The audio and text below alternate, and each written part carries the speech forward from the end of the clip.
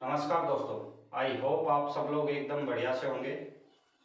तो अपना पॉलिटी का सेशन चल रहा था। पॉलिटी में अपन लोग पढ़ रहे थे महत्वपूर्ण संविधान संशोधन अधिनियम। हमने पढ़ा था 42वां संविधान संशोधन अधिनियम, जिसे लघु संविधान भी कहा जाता है। इसमें क्या होता है कि जो स्वर्ण सिंह समिति होती है उसके द्वारा जो भी सुझाव दिए जाते हैं उनके ऊपर विचार विमर्श और उनको लागू करने के लिए, उनको प्रावधान बनाने के लिए 42वां संविधान संशोधन अधिनियम होता है। इसके द्वारा मुख्य प्रावधान तो ये किया जाता है कि भारतीय संविधान की आत्मा प्रस्तावना में समाजवादी, धर्मनिरपेक्ष, अखंडता, ये 3 शब्द जोड़े जाते हैं। उसके बाद में अपना अगला संविधान संशोधन अधिनियम आता है 44वां संविधान संशोधन अधिनियम, जो 1978 के अंदर आता है। 1978 वाले संविधान संशोधन अधिनियम में क्या किया जाता है कि जो संपत्ति का अधिकार अभी तक मूल अधिकार था, उसे मूल अधिकार की श्रेणी से निकालकर विधिक अधिकार बना दिया जाता है। अब उसके बाद में बचे हुए महत्वपूर्ण संविधान संशोधन अधिनियम आज हम देखते हैं। तो आज अपन देखते हैं सबसे पहले 52वां संविधान संशोधन अधिनियम। 52वां संविधान संशोधन अधिनियम आता है 1985 में, 1985 के अंदर। इस समय तक क्या होता था कि जैसे भी कोई उम्मीदवार है वो एक पार्टी की टिकट लेता है, वहां से चुनाव लड़ता है, सरकार का गठन होता है, कुछ समय तक वो सरकार में रहता है, उसके बाद में अपना समर्थन वापस लेता है, जिसके कारण सरकार गिर जाती है। या बहुत सारे विधायक, 5 विधायक 7 विधायक मिलके अपना समर्थन वापस लेते हैं, सरकार गिर जाती है। इस कारण से क्या होता है कि जो विधायक और सांसद पद है उसकी गरिमा को ठेस पहुंचती है, तथा दोबारा से जब निर्वाचन होगा विधानसभा लोकसभा का, उसके अंदर खर्चा ज्यादा आता है। तो ऐसी गतिविधियों को रोकने के लिए कानून बनाया जाता है, जिसे कहा जाता है दल बदल विरोधी कानून या दल बदल विरोधी विधि। ये जोड़ा जाता है 10वीं अनुसूची के अंदर। कौन से संविधान संशोधन अधिनियम? 52वें संविधान संशोधन अधिनियम द्वारा दल बदल विरोधी कानून बनाया जाता है। दल बदल विरोधी कानून विधि बनाई जाती है, और इसको जोड़ा किस में जाता है? 10वीं अनुसूची के अंदर। 10वीं अनुसूची के अंदर। ठीक है दोस्तों, इसके बाद में अपना अगला संविधान संशोधन अधिनियम आता है 61वां संविधान संशोधन अधिनियम। 61वां संविधान संशोधन अधिनियम आता है 1989 में। 1989 में कौन सा? 61वां संविधान संशोधन अधिनियम। 61वें संविधान संशोधन अधिनियम द्वारा प्रावधान किया जाता है कि लोकसभा और विधानसभा,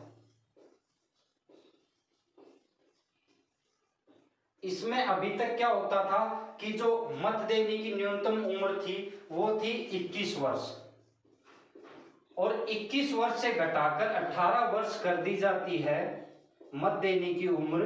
किस संविधान संशोधन अधिनियम द्वारा? 61वें संविधान संशोधन अधिनियम द्वारा। इसके बाद में अगला महत्वपूर्ण संविधान संशोधन अधिनियम आता है 69वां संविधान संशोधन अधिनियम। 69वां संविधान संशोधन अधिनियम, 69वां संविधान संशोधन अधिनियम आता है 1991 के अंदर, 1991 में। इसके अंदर 2 प्रावधान किए जाते हैं। पहला ये कि दिल्ली को राष्ट्रीय राजधानी बनाया जाता है।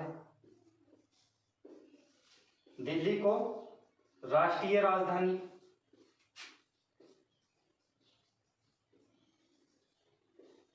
और दिल्ली दरबार का आयोजन कब किया जाता है? सन 1911 के अंदर, जब महारानी मेरी और जॉर्ज पंचम जो ब्रिटेन राजकुमार थे वो दिल्ली के अंदर पहुंचते हैं। कब? 1911 के अंदर। तब दिल्ली दरबार का आयोजन किया जाता है। 1991 59वां संविधान संशोधन अधिनियम, जिसके तहत क्या किया जाता है? दिल्ली को राष्ट्रीय राजधानी बनाया जाता है, तथा 70 विधानसभा सीटें, 70 विधानसभा सीटें तथा 7 सदस्यों की मंत्रिपरिषद,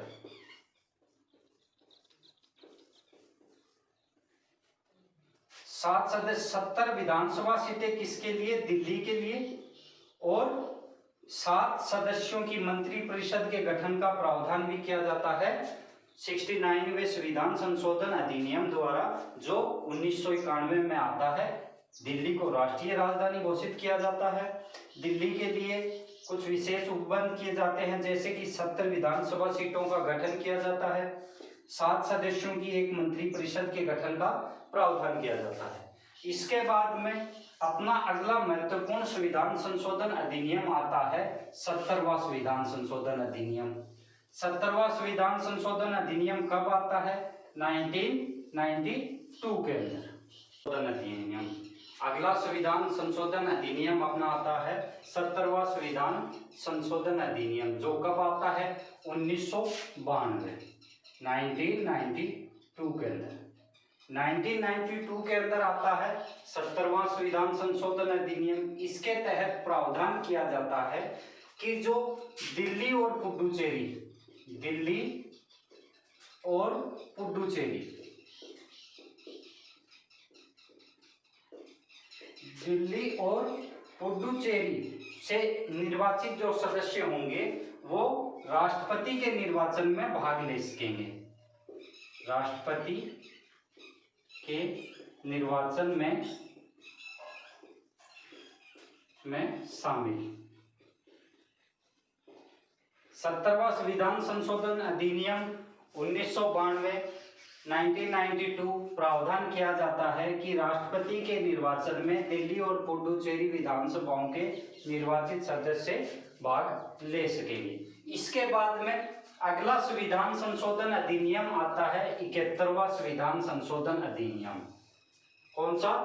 71वां संविधान संशोधन अधिनियम। और 71वां संविधान संशोधन अधिनियम आता है 1992 के अंदर। कौन सा? 71वां संविधान संशोधन अधिनियम जो आता है 1992 के अंदर, 1992। इसके अंदर प्रावधान किया जाता है कि 3 भाषाओं को 8वीं अनुसूची के अंदर जोड़ा जाता है, और वो भाषाएं होती हैं कोंकणी, मणिपुरी और नेपाली। कोंकणी, मणिपुरी तथा नेपाली। इन भाषाओं को कौन सी अनुसूची के अंदर जोड़ा जाता है? 8वीं अनुसूची के अंदर।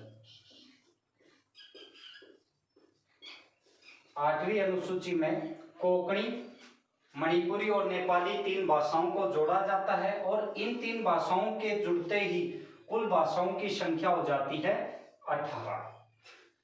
71वां संविधान संशोधन अधिनियम 1992 में आता है। इसके तहत कोंकणी, मणिपुरी और नेपाली 3 भाषाओं को 8वीं अनुसूची में शामिल किया जाता है। इन तीनों भाषाओं के शामिल होते ही कुल भाषाओं की संख्या हो जाती है 18। उसके बाद अगला महत्वपूर्ण संविधान संशोधन अधिनियम आता है 73वां संविधान संशोधन अधिनियम, जो ग्रामीण विकास से संबंधित है। ग्रामीण विकास से कैसे संबंधित है, आइए देखते हैं। 73वां संविधान संशोधन अधिनियम। 73वां संविधान संशोधन अधिनियम आता है 1992, 1992। इसके अंदर क्या किया जाता है कि जो पंचायती राज है, पंचायती राज को संवैधानिक दर्जा दिया जाता है। संवैधानिक दर्जा दिया जाता है, यानी संविधान में शामिल किया जाता है। किसको? पंचायती राज को। अब संविधान में शामिल करने के लिए कोई ना कोई भाग या कोई ना कोई अनुसूची को जोड़ने की आवश्यकता होगी, जरूर होगी। इसके लिए कौन सा भाग जोड़ा जाता है? भाग 9। भाग 9 में क्या जोड़ा जाता है कि पंचायती राज से संबंधित प्रावधान जोड़े जाते हैं, तथा पंचायती राज को जब भाग 9 में जोड़ा जाता है उसमें विषय होते हैं। विषय कितने होते हैं? 29 विषय जोड़े जाते हैं पंचायती राज से संबंधित, जो भाग 4 में होते हैं। और अनुसूची कौन सी होती है? अनुसूची होती है 11वीं। 11वीं अनुसूची भाग 9 विषय 29 पंचायती राज को संवैधानिक दर्जा किसके कौन से संविधान संशोधन 73वां संविधान संशोधन 1992। ठीक है, उसके बाद में अगला महत्वपूर्ण संविधान संशोधन अधिनियम आता है 74वां संविधान संशोधन अधिनियम, जो नगरीय निकायों के विकास की दृष्टि से महत्वपूर्ण था। नगरीय निकाय जो होते हैं उनको संवैधानिक दर्जा प्रदान किया जाता है। कौन से संविधान संशोधन अधिनियम द्वारा? 74वें संविधान संशोधन अधिनियम। 74वां संविधान संशोधन अधिनियम कब आता है? 1992 के अंदर। ठीक है, इसके अंदर क्या प्रावधान किया जाता है कि जो नगरीय स्थानीय निकाय थे,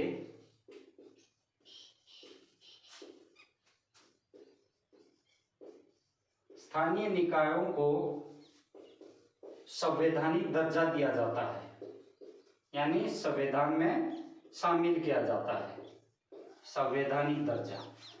73वें संविधान संशोधन अधिनियम द्वारा किसको संवैधानिक दर्जा दिया जाता है? पंचायती राज को। पंचायती राज को भाग कौन सा? 9 अनुसूची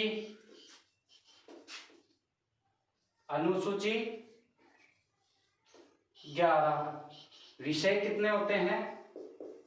29।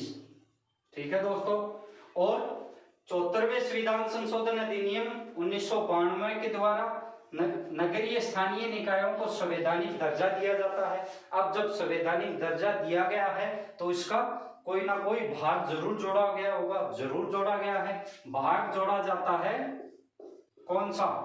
9 क।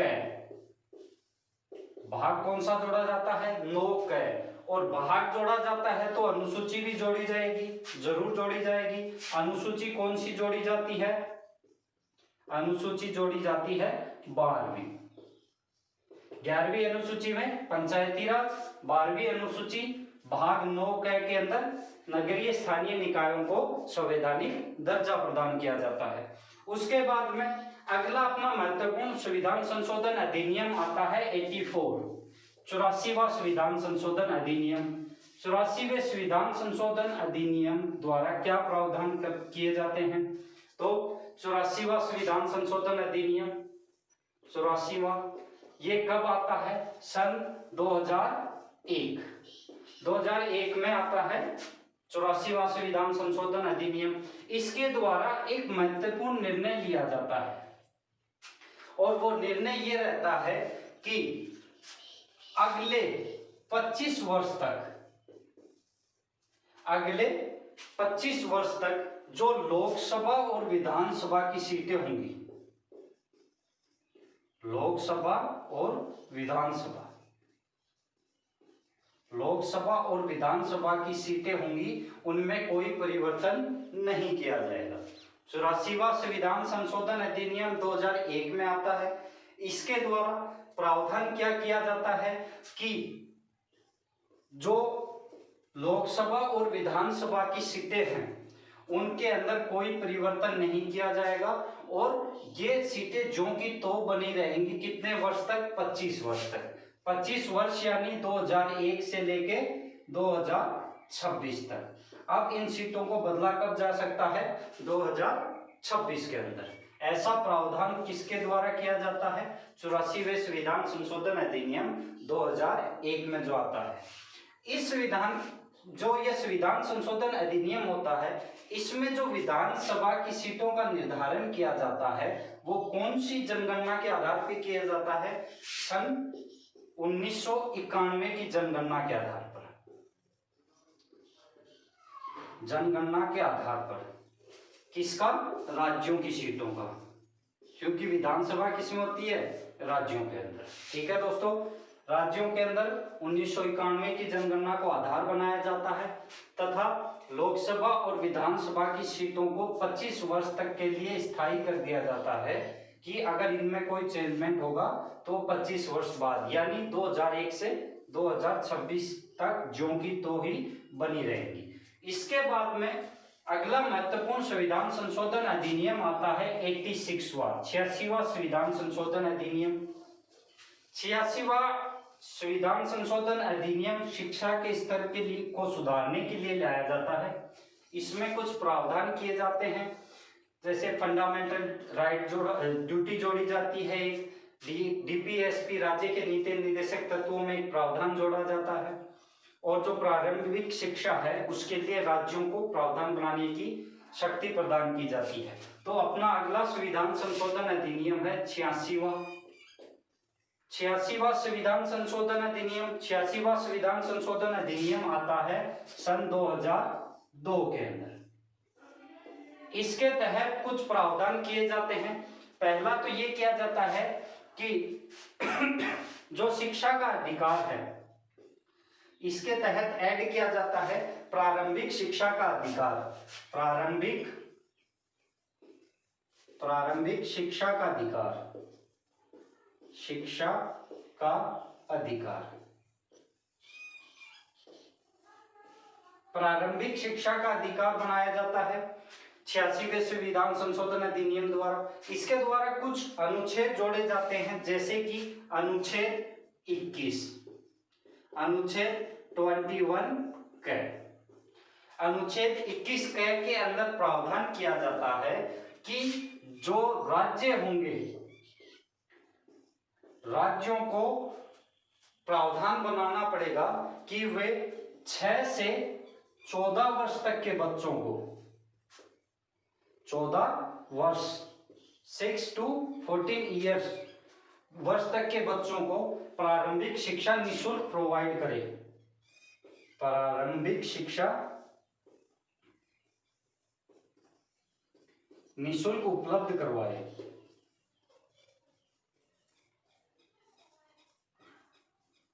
ठीक है। पहला क्या जोड़ा जाता है, अनुच्छेद 21 का, जिसके तहत राज्यों के लिए उपबंध किया जाता है कि वे 6 से 14 वर्ष तक के बच्चों को प्रारंभिक शिक्षा निःशुल्क उपलब्ध करवाएंगे। ये राज्यों का दायित्व होगा। उसके बाद में अनुच्छेद 45, अनुच्छेद 45 में क्या आते हैं, डीपीएसपी राज्य के नीति निर्देशक तत्व, DPSP directive principle of state policy राज्य के नीति निर्देशक तत्व है। इसके अंदर कहा गया कि राज्य का कर्तव्य होगा कि वह, प्रत्येक राज्य का कर्तव्य होगा, प्रत्येक राज्य का कर्तव्य होगा कि वह 6 से लेके 14 वर्ष तक के बच्चों को निःशुल्क प्रारंभिक शिक्षा उपलब्ध करवाए।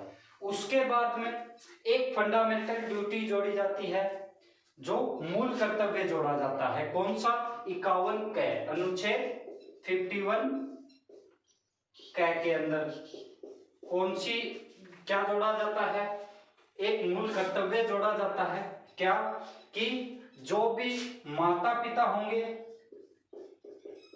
या अभिभावक होंगे, माता पिता या अभिभावक, उनका कर्तव्य होगा कि वह अपने बच्चे को 6 से 14 वर्ष तक के बच्चे को, 14 वर्ष तक के बच्चे को निःशुल्क शिक्षा उपलब्ध करवाए। ठीक है। अनुच्छेद 51 क के अंदर क्या है, मूल कर्तव्य है। मूल कर्तव्यों में एक कर्तव्य और जोड़ा जाता है कि जब भी छोटे बच्चा जो जिसकी उम्र 6 से 14 वर्ष के बीच में है, उसके माता पिता या अभिभावक का कर्तव्य होगा कि वह अपने बच्चे को प्रारंभिक शिक्षा उपलब्ध करवाए।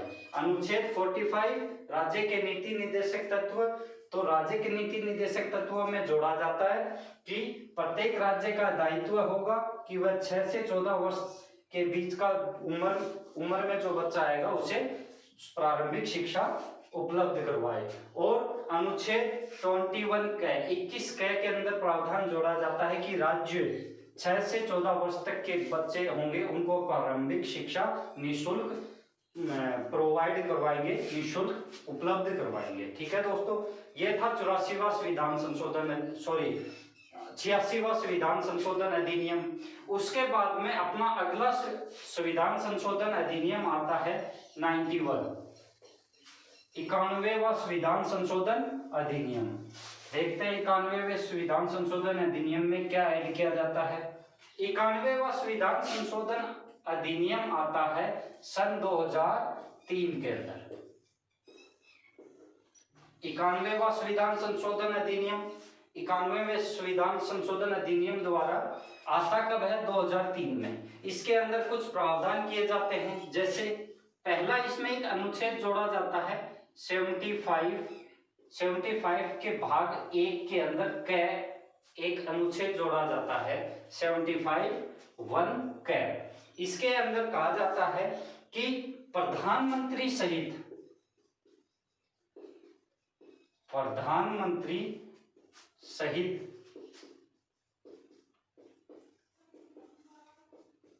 मंत्रियों की संख्या कुल सदस्य संख्या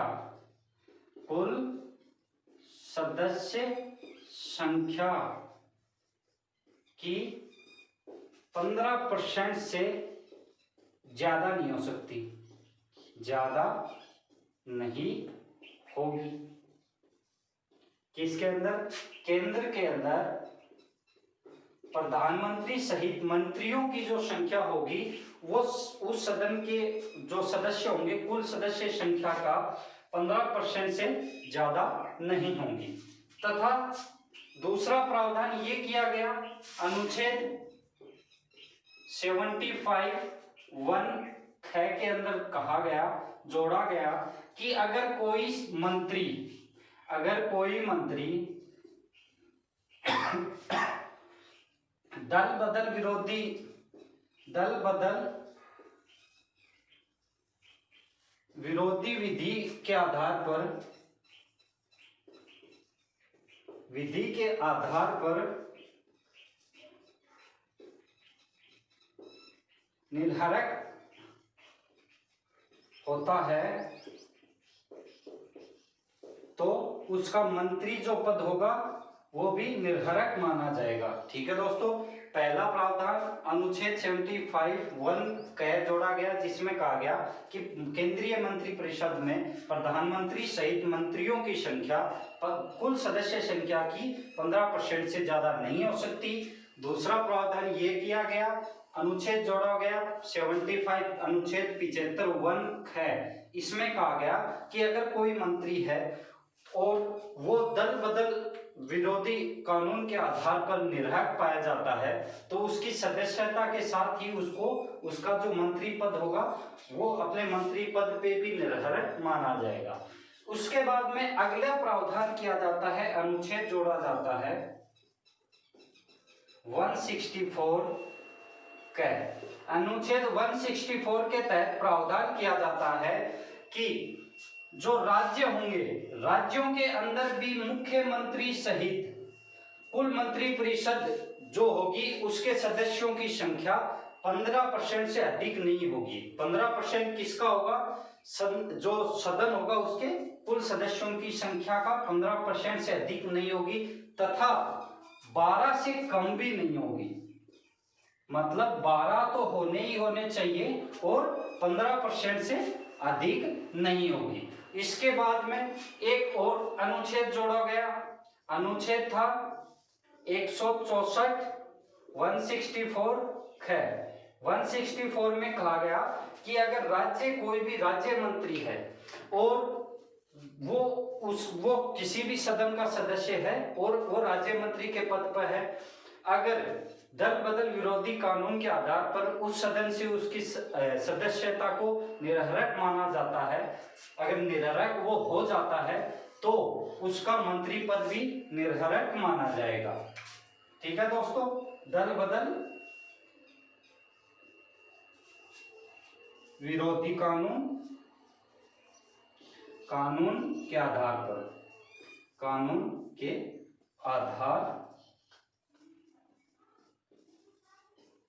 तो दोस्तों ये कौन सा है? 91वां संविधान संशोधन अधिनियम।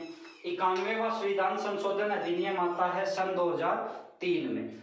इसके अंदर मुख्य 4 प्रावधान या 4 अनुच्छेद जोड़े जाते हैं, जिसमें अनुच्छेद 75(1) कै 75(1) क। इसमें प्रावधान किया जाता है कि जो केंद्रीय मंत्रिपरिषद होगी उसके अंदर प्रधानमंत्री सहित सभी मंत्रियों की संख्या 15% से अधिक नहीं होगी। और ये 15% क्या होगा, जो कुल सदस्य संख्या है उसके 15% से अधिक नहीं होगी। दूसरा अनुच्छेद होता है 75(1) ख। इसमें कहा जाता है कि कोई जैसे सदस्य है सदन का, अगर दल बदल विरोधी कानून के आधार पर उसको उस सदन की और सदन से निरर्हक माना जाता है तो उसका मंत्री पद भी निरर्हक हो जाएगा। ये तो होगी केंद्र की बात। उसके बाद में राज्यों के लिए प्रावधान किए गए, दो प्रावधान ऐड किए गए। पहला अनुच्छेद 164 क 164 क। इसमें प्रावधान किया गया कि मुख्यमंत्री सहित मंत्रिपरिषद की संख्या जो होगी, मंत्रियों की जो संख्या होगी वो कुल सदस्य संख्या के 15% से ज्यादा नहीं होगी, पर कम से कम 12 तो मंत्री होने ही चाहिए मुख्यमंत्री सहित। ये राज्यों के लिए। फिर अनुच्छेद 164 ख। इसमें प्रावधान किया गया कि अगर कोई सदस्य दल बदल विरोधी कानून के आधार पर निरर्हक पाया जाता है तो उसका उसका मंत्री पद भी निरर्हक माना जाएगा। तो ये था अपना 91वां संविधान संशोधन अधिनियम। बाकी के बचे हुए संविधान संशोधन अधिनियम अब हम पढ़ते हैं नेक्स्ट वीडियो के अंदर। आई होप आप लोगों को समझ में आ रहा होगा और क्लियर भी साफ नजर आ रहा होगा। और धीरे धीरे करके वॉइस क्वालिटी है इसको भी थोड़ा इम्प्रूव किया जा रहा है। तो बने रहिए और अच्छे से पढ़ते रहिए। धन्यवाद।